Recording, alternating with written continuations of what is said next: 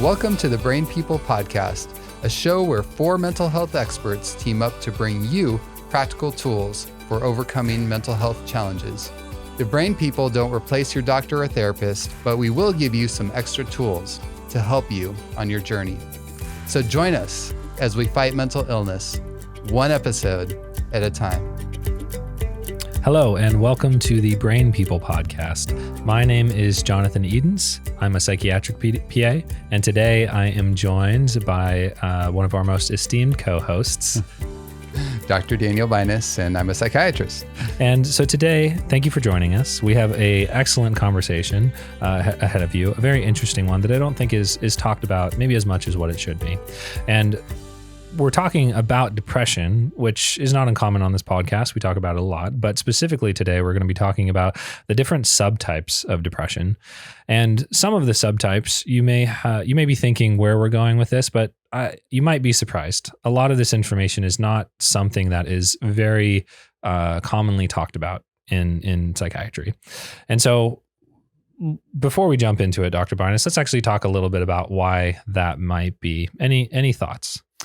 Well, one of the main reasons probably is because, when we're coding things as far as what we send off to insurances for reimbursement, et cetera, we're using actually ICD-10 codes, which stands for the International Classification of Diseases. And so we're using these ICD-10 codes, and they actually don't have all of the subtypes of depressions as separate codes. But these codes are actually part of the DSM-5, which is the psychiatric Bible, if you will, for diagnosing things. And so because a lot of our coding and diagnosis of disorders is really driven by, getting reimbursement from insurances, then we're going to focus on just the major depression or major depression with psychosis, which are really the big differentiating or subtypes, if you will, in the ICD-10. So essentially the ICD-10 just kind of boils down everything into sort of one umbrella term, if you will, or two umbrella terms. And so there's not really a whole lot of incentive for us to really dive down into the individual subtypes, even though the DSM does that, essentially. Exactly. But, I think there is some real value actually to differentiating this because there are some treatment nuances. And I think, knowledge is power. And so it's helpful to understand what we're dealing with so that we can really address the individual in a more holistic way, in a way that will really point out and target those things that they're really struggling with, rather than just being like, okay, it's depression and we're just going to do the same old thing that we do for everyone that has depression. Yeah, absolutely. And some of the nuances that you're referring to, as we'll talk about, in a few minutes, they easily get misdiagnosed with other conditions that then necessitate different types of treatment. Whereas, if it is predominantly a major depressive disorder, right, you're going to use a different type of treatment rather than, say, somebody with schizophrenia or bipolar disorder. That's right. That's right. And that's part of the confusion here, is because there is sometimes overlap with some of these symptoms, not just with depression, but like we're going to talk about depression with psychosis, for example. Someone can have psychosis, but that psychotic symptoms, that doesn't mean that they have schizophrenia. So we have to be careful. Like, why do they have psychotic symptoms? So let's actually jump into that first one. So the first subtype, and there are 8 that we're going to go through today, but the first subtype of major depression is MDD with psychotic features. So before we talk about that specifically, let's just mention, major depressive disorder, we have talked about fairly extensively in other podcasts. And so if you're looking for what a definition is of major depressive disorder, what the criteria are, then maybe you should go listen to that podcast first if you haven't before this one. But let's talk about what MDD with psychotic features presents with. Yeah. So basically, it meets the criteria for a major depressive episode. But then on top of that, you have symptoms of psychosis. And when we're talking about psychosis, we're talking about symptoms that are really out of touch with reality, so to speak. So that can include things like paranoia. It can be a delusion, like feeling like the CIA is tracking you or out to get you. Now, I guess that could be true, but if it's clearly not true, then it would be a paranoid delusion. It can include voices. Sometimes people have the sense that people are talking to them when they're not, or they hear conversations in their head, or it can even include visual hallucinations and that sort of thing. Yeah, even sensations and smells, right? Those can be hallucinations as well. Now, typically those types of things may not necessitate treatment, but most commonly we're talking about hearing or seeing things that aren't necessarily there, or believing sort of fixed false beliefs that are actually causing you, significant dysfunction. Yeah, and I'd say in my experience, when I'm thinking about major depression with psychosis, those are really oftentimes some of the most severe cases. And in my experience, it often is in cases where people have been depressed for quite some time. And a lot of times, the individual is not always forthcoming with that. And that part of that can be the paranoia, actually.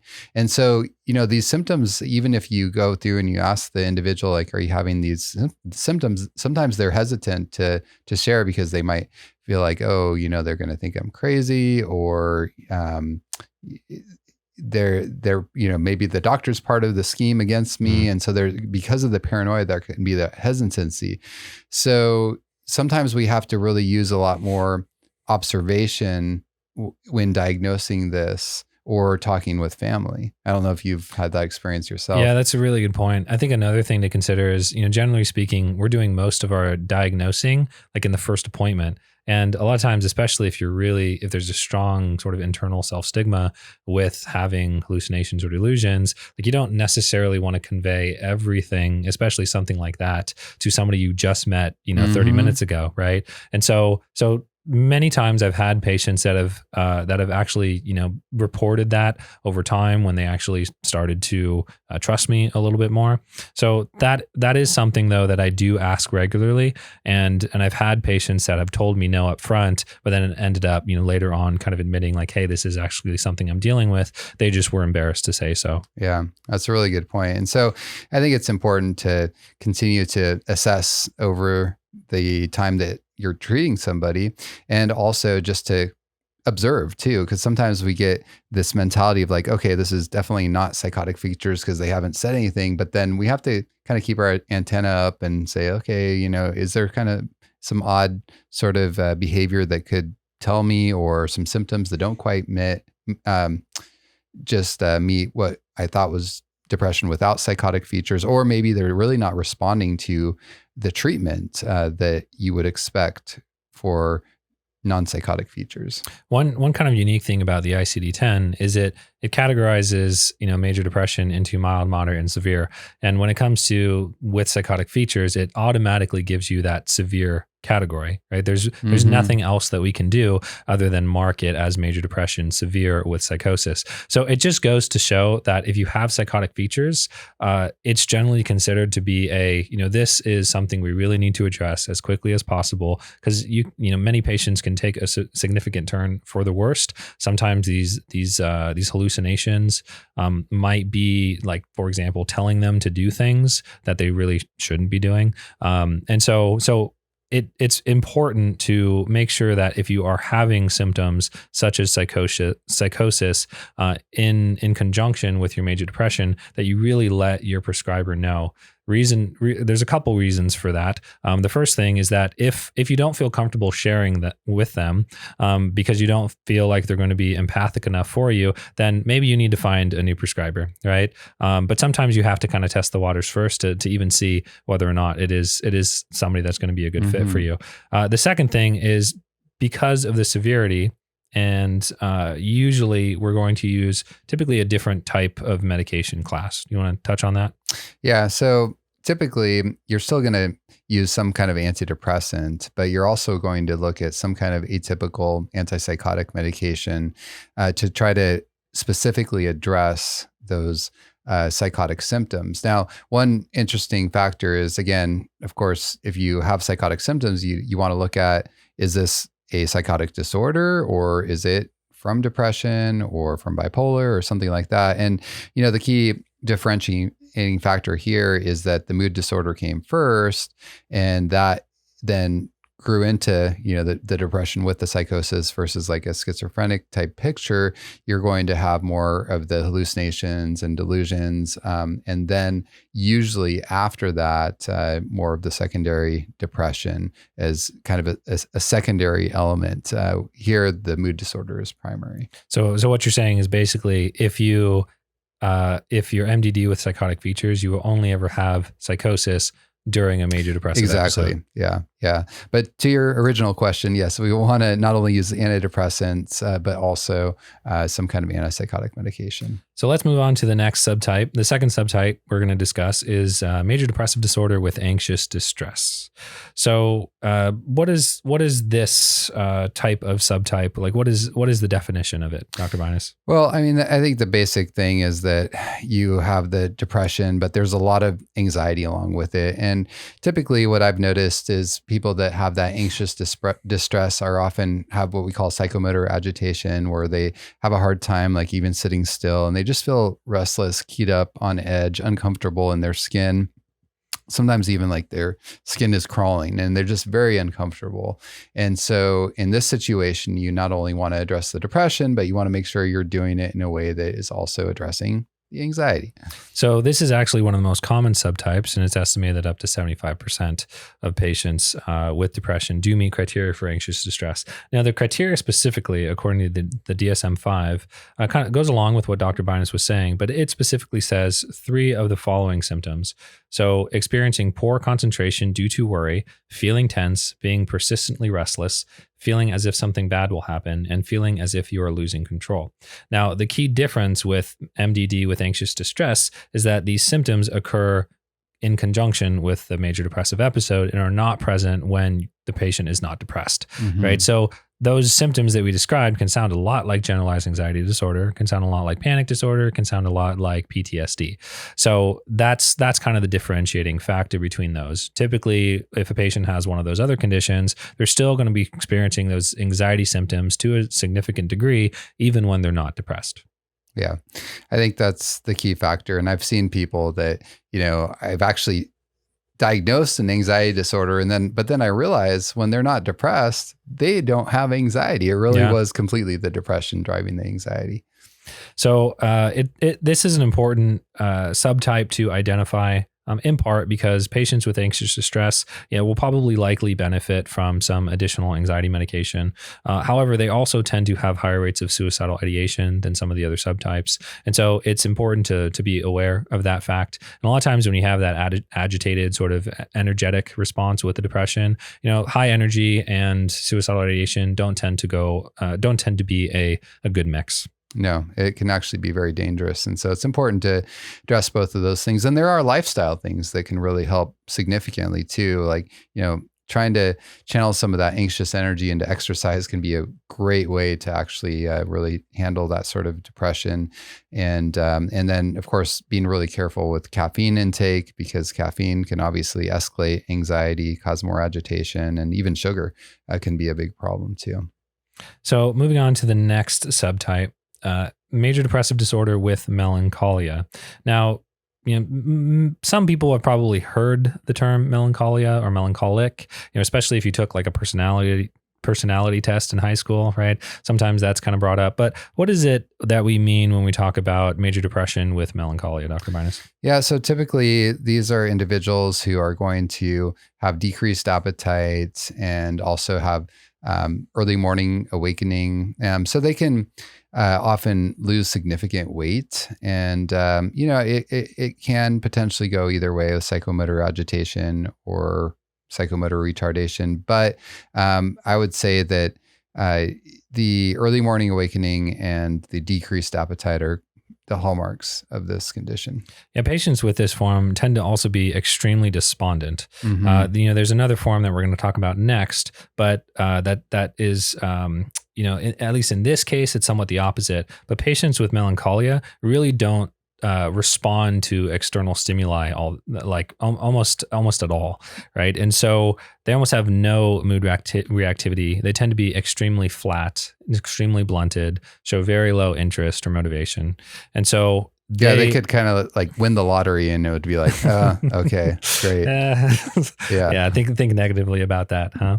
And so, patients in this state do tend to have almost a complete absence of joy, even if something, like you said, like winning the lottery, something else that was really awesome, that would otherwise be very awesome for them, wouldn't end up making much of a difference in their mood. Now, it is considered by some that this is the most genetic based form of depression, and so with that, what we take away from that is, while environmental and lifestyle habits can be helpful to an extent, we might definitely lean more towards medication and other treatments like neurostimulation. Exactly. Yeah. And what's interesting is, once it's almost like these individuals can be very stuck. And that's why I do think oftentimes we need something to jumpstart this type of depression. But once they start getting going and you get some momentum moving forward, a lot of these other interventions can be very helpful adjunctively, the lifestyle and the therapy and all of this. But a lot of times they just feel so stuck. And, as a clinician, sometimes we get frustrated. It's like, we're trying to get you going here. But once we find a medication or neurostimulation to kind of then they're like, okay, more willing to engage. And then it starts to really work together. So the next subtype number 4, is major depressive disorder with atypical features. So atypical, I know it's kind of an odd name, especially once we kind of just talk about what defines it. But in part, it was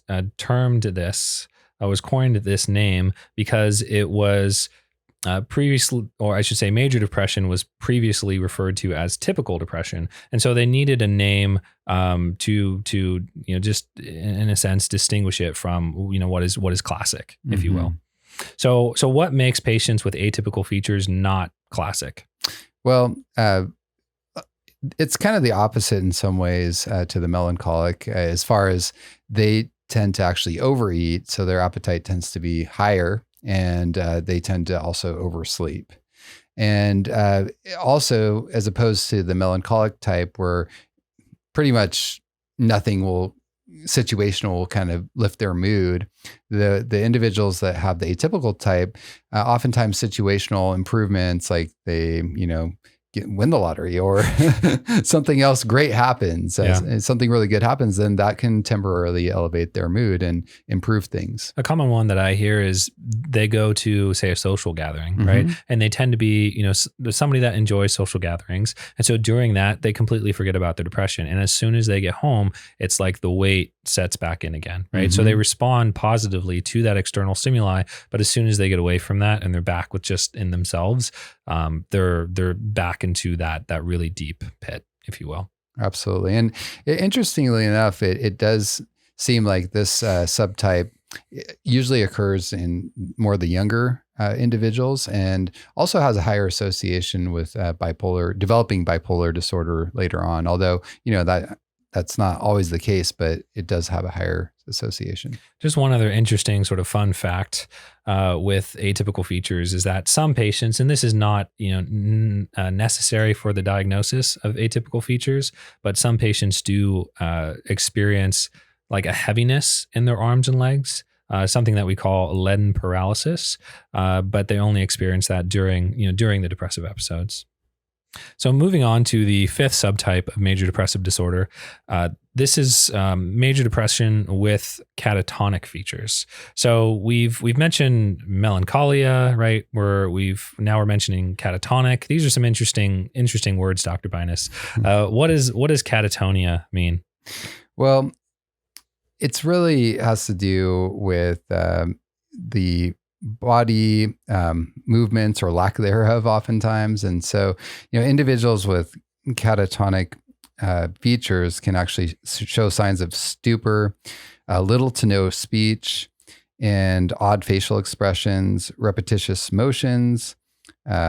Sometimes they will settle on a specific body position and hold that for literally hours and even days sometimes.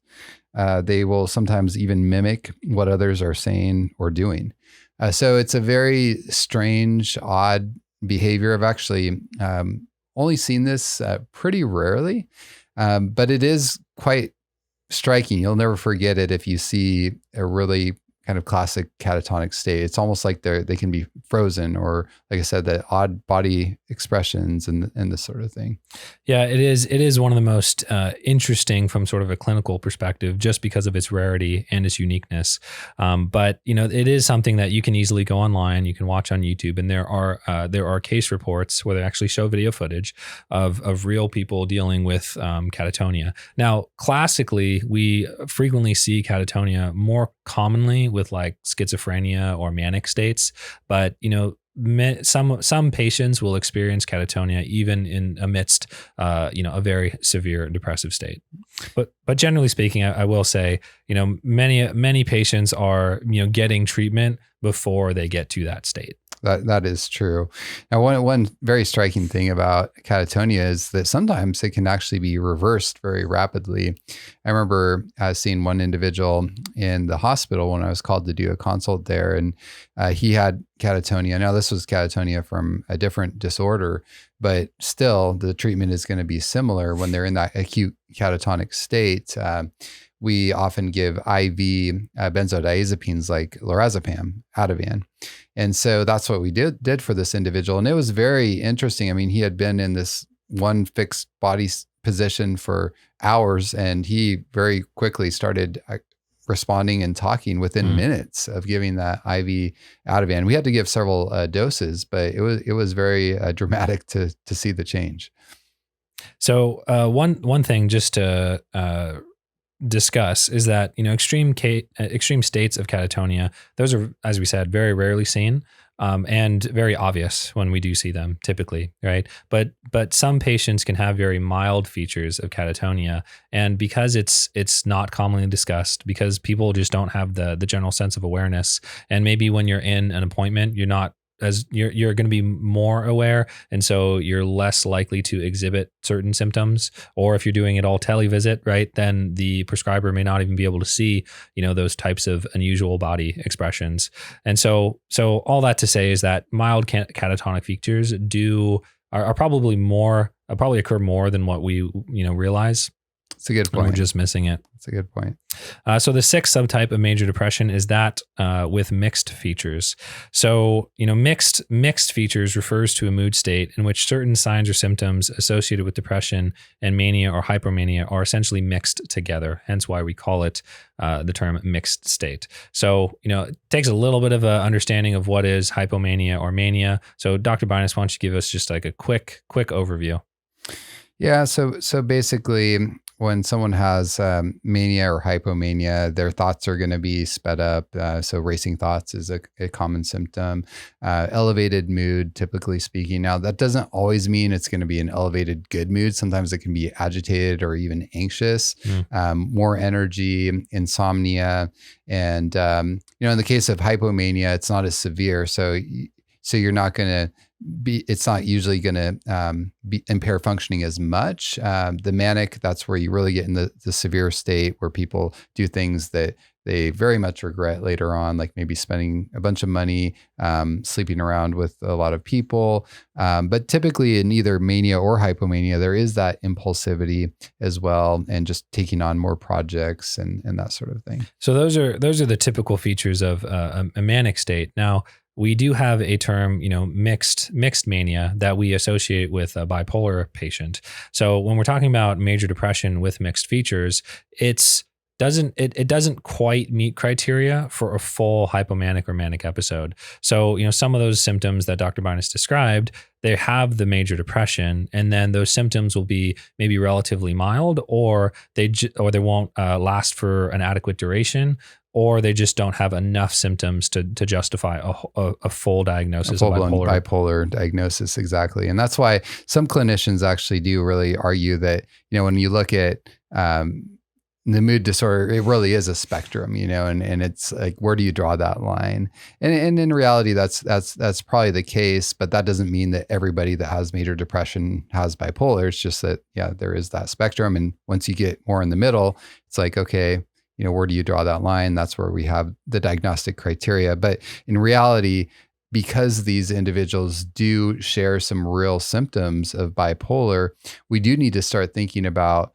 more mood stabilizing medication and things that we can do to help keep the mood stable along with treating the depression. Yeah, and one consideration, probably a lot of these patients that would be, when appropriately diagnosed, given a diagnosis such as this, is that perhaps in time, especially if we're only using antidepressants, there may actually be a conversion into full-blown mania. And so using, as Dr. Binus said, using kind of a mild mood stabilizer, perhaps in conjunction with an antidepressant, may be a very reasonable approach to mitigate that risk. And I think this is also another great place to really consider lifestyle as well, because they might do well with a mild mood stabilizer, but then you might be able to use actually the lifestyle interventions to really work with the depressive aspect, so you have less risk of potentially progressing into more of a full-blown bipolar episode. So moving on to the seventh subtype, this is major depression with seasonal onset. Now, this is frequently referred to as SAD or SAD, seasonal affective disorder. And many people are listening to this are probably familiar with what this means. But Dr. Binus, why don't you give us a definition of what seasonal onset means? So the basic thing there is that, it's like the winter blues, right? So when the light, it becomes less, especially if you're living more than in the northern latitudes, where you get less and less light during the winter months, then that's when the depression typically comes on. And a lot of people notice that, even people that don't go into full-blown depression, they will notice that they're not quite as energetic, or they need a little more sleep in the winter months compared to the summer months. And a lot of that has to do with the circadian rhythm. So there is a normal kind of component of this, but for people that actually develop SAD, it's more of a severe element, like where it really becomes a problem with their day-to-day functioning. Yeah, so it will meet full-blown criteria for a major depressive disorder. However, there's just this consistency of seasonality to it. Now, one thing we should note, even though it's frequently called the winter blues, is that sometimes it doesn't necessarily happen during the winter. I've actually had a couple patients where it's the reverse. And that's a good point. Yeah. And we do have pretty hot summers here in Sacramento, so that might have something to do with it. But some people can actually have it in reverse, where during the summer months, they're more prone to depression, whereas in the winter months, it's not quite as bad.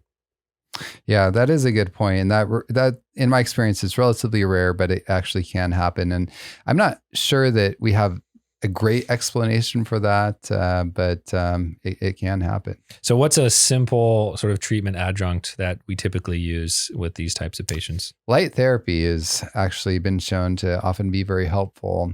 So doing a light box intervention, so basically where you use a light box for 20 to 30 minutes of either blue light or more of a full spectrum light, that will actually help to shut down the melatonin secretion in your brain and to wake you up in the morning so that you're not dealing with the winter blues as much. So, getting real sunlight is probably the best, at least in certain amounts, right? But light box therapy is a really good second place. And you can get these pretty inexpensively offline, even these, higher lux bulbs. But frequently we also use just vitamin D supplementation as well, particularly if you don't have those other options available.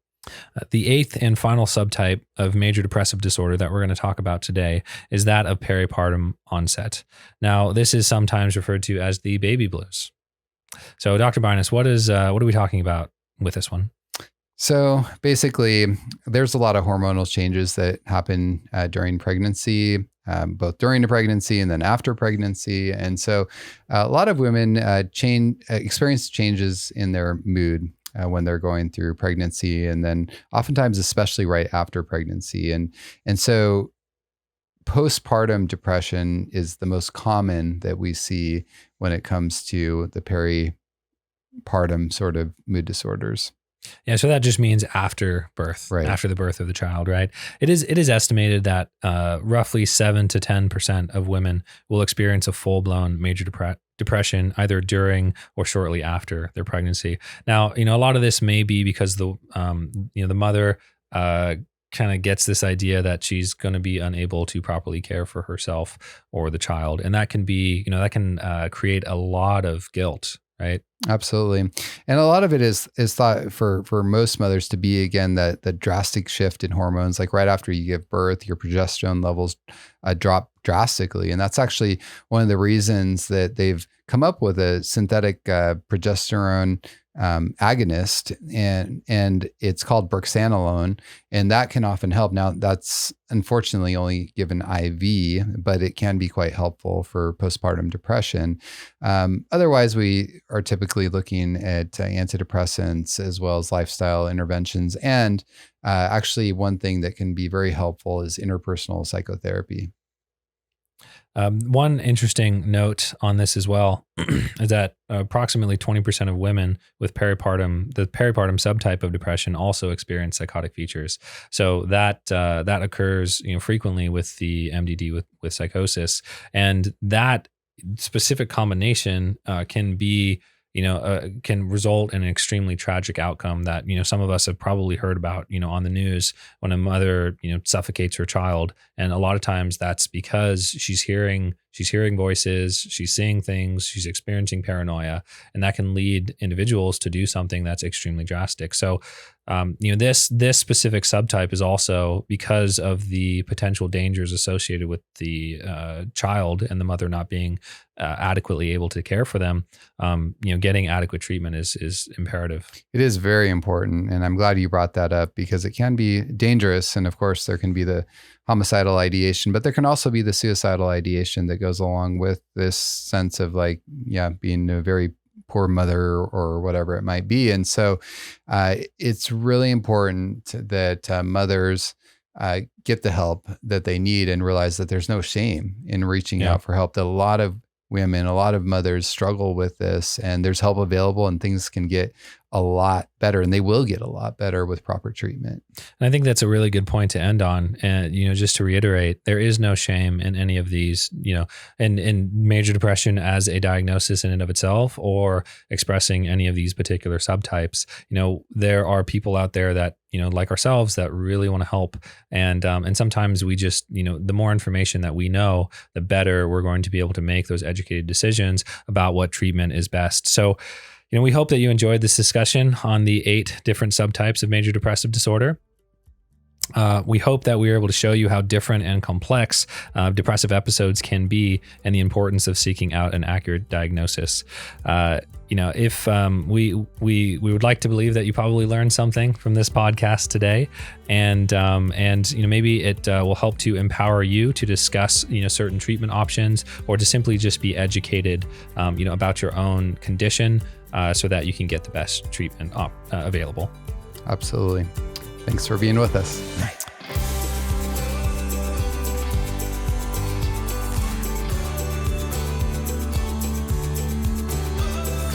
Thanks for listening. To hear more episodes, find us on social media, or support us financially, visit thebrainpeoplepodcast.com.